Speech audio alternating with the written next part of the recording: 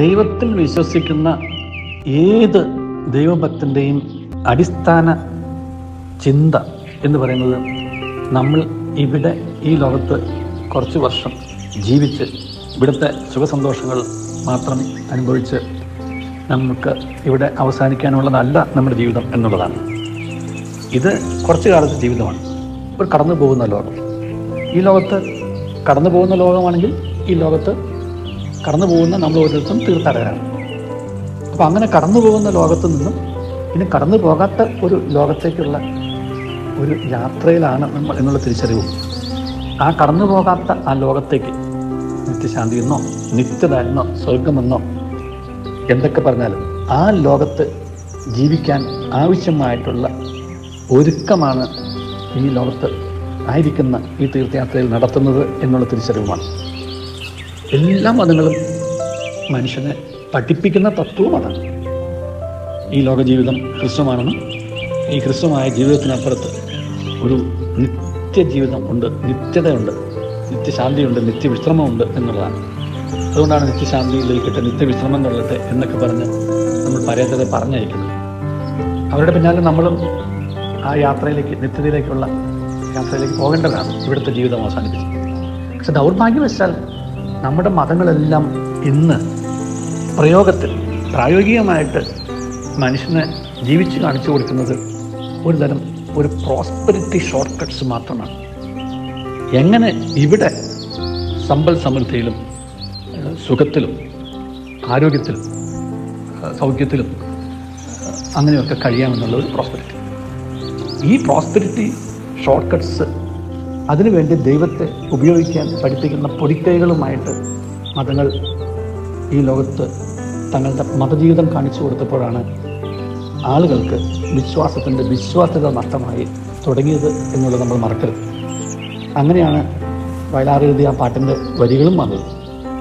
മനുഷ്യൻ മതങ്ങളെ സൃഷ്ടിച്ചു എന്ന് പറഞ്ഞതിനകത്ത്, ആ പാട്ടിനകത്ത് അത് ചിന്തിക്കുന്ന ദാർശനികമായിട്ട് ചിന്തിക്കുന്ന മുഴുവൻ ഈ മതങ്ങൾ ദൈവത്തിലേക്ക് മനുഷ്യനെ കൊണ്ടുപോകുന്നതിന് പകരം ദൈവത്തിൻ്റെ പേരിൽ ഇവിടെ തമ്മിൽ വർഗീയതയും വംശീയതയും വളർത്തിക്കൊണ്ട് മതിലുകൾ സൃഷ്ടിക്കുകയാണല്ലോ ചെയ്യുന്നത് എന്നുള്ളതാണ് ചിന്ത.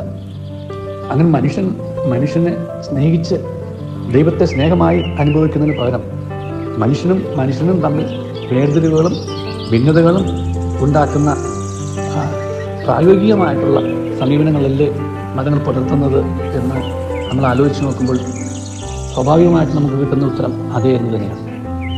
മതങ്ങൾക്കുള്ളിൽ ഭിന്നതകൾ, മതങ്ങൾ തമ്മിൽ ഭിന്നതകൾ, മതത്തിൻ്റെ പേരിൽ യുദ്ധങ്ങൾ, സമരങ്ങൾ,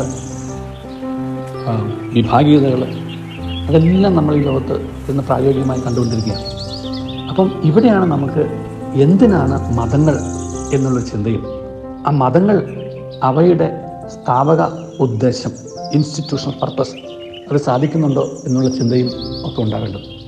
അങ്ങനെ വരുമ്പോൾ നമുക്ക് മതഭ്രാന്ത് പിടിച്ച മതഭക്തരെക്കായും ദൈവഭക്തിയിലേക്ക് മനുഷ്യനെ കൊണ്ടുപോകുന്ന ഒരു യഥാർത്ഥ മതത്തെ കണ്ടെത്താൻ കഴിയും. ആ യഥാർത്ഥ മതത്തെ കണ്ടെത്തി ആ മതത്തിൽ നമ്മൾ വിശ്വസിക്കുകയും ആശ്വസിക്കുകയും അതിലൂടെ ദൈവത്തെ അനുഭവിക്കുകയും ചെയ്യുന്ന ഒരു രീതി, ഒരു ജീവിതം നമുക്കുണ്ടാകും. അത് അടിസ്ഥാനപരമായി സ്നേഹപ്രമാണത്തിൽ ആണ് പണിയപ്പെട്ടിരിക്കുന്നത്. മനുഷ്യനും തമ്മിൽ സ്നേഹിക്കാതെ മനുഷ്യന് ദൈവത്തെ സ്നേഹിക്കാൻ സാധിക്കില്ല. അപ്പോൾ മനുഷ്യനെയും തമ്മിൽ അകറ്റുന്ന, എക്സ്ക്ലൂഡ് ചെയ്യുന്ന ഒന്നല്ല ദൈവത്തിൻ്റെ ചിന്ത. ഇൻക്ലൂസീവാണ്. ദൈവം ഇപ്പോൾ ആരെയും പുറന്തള്ളുന്നില്ല, എല്ലാവരെയും ഉൾക്കൊള്ളും. അങ്ങനെ ആരെയും എന്തിൻ്റെയെങ്കിലും തത്വശാസ്ത്രത്തിൻ്റെയോ ചിന്തകളുടെയോ അല്ലെങ്കിൽ ഐഡിയോളജിയുടെയോ അല്ലെങ്കിൽ അങ്ങനെയുള്ള വേർതിരിവുകളുടെ പേരിൽ മാറ്റി നിർത്താതെ എല്ലാവരെയും ഉൾക്കൊള്ളാനും എല്ലാവരും തമ്മിൽ പരസ്പരം സ്നേഹിക്കുകയും എല്ലാവരിലും ദൈവമുണ്ടെന്നും ആ ദൈവം ഒന്ന് തന്നെ ഉള്ളൂ എന്നും ആ ദൈവത്തിൻ്റെ പേരിൽ നമ്മൾ കലഹിക്കാതെ ദൈവത്തിൻ്റെ പേരിൽ പരസ്പരം സ്നേഹിക്കാൻ പഠിപ്പിക്കുകയും ചെയ്യുന്ന, ദൈവത്തിൻ്റെ പേരിൽ പരസ്പരം സ്നേഹിക്കാൻ കഴിയണം എന്ന് ജീവിച്ച് കാണിച്ചു കൊടുക്കുന്ന ഒരു യഥാർത്ഥ ജീവിതം നമുക്ക് നയിക്കാൻ സാധിച്ചാൽ നമ്മുടെ ഒരു ദൈവഭക്തനാണെന്ന് പറയും. അല്ലാത്ത പക്ഷം നമ്മളാരും ദൈവഭക്തരല്ല, നമ്മൾ വേറെ എന്തോ ഭക്തരാണ്.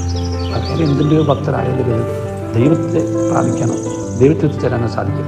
താൽക്കാലികമായിട്ട് ഇവിടുത്തെ ലാഭങ്ങൾ, ചില നേട്ടങ്ങൾ ചില സ്ഥാനങ്ങൾ സുഖം നമുക്ക് ഉറപ്പിക്കാൻ സാധിച്ചത്. പക്ഷെ നഷ്ടപ്പെടുന്നത് നിത്യതയാണ്.